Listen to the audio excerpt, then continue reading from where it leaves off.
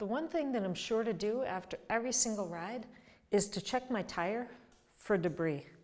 I go through and I'm gonna look real closely to see if there's any like little piece of glass or stones that could cause me to get a flat tire. Either a flat tire right before I'm about to ride my bike again, or a flat tire the next time I ride and I'm in the middle of nowhere. So to avoid that, I always check both tires.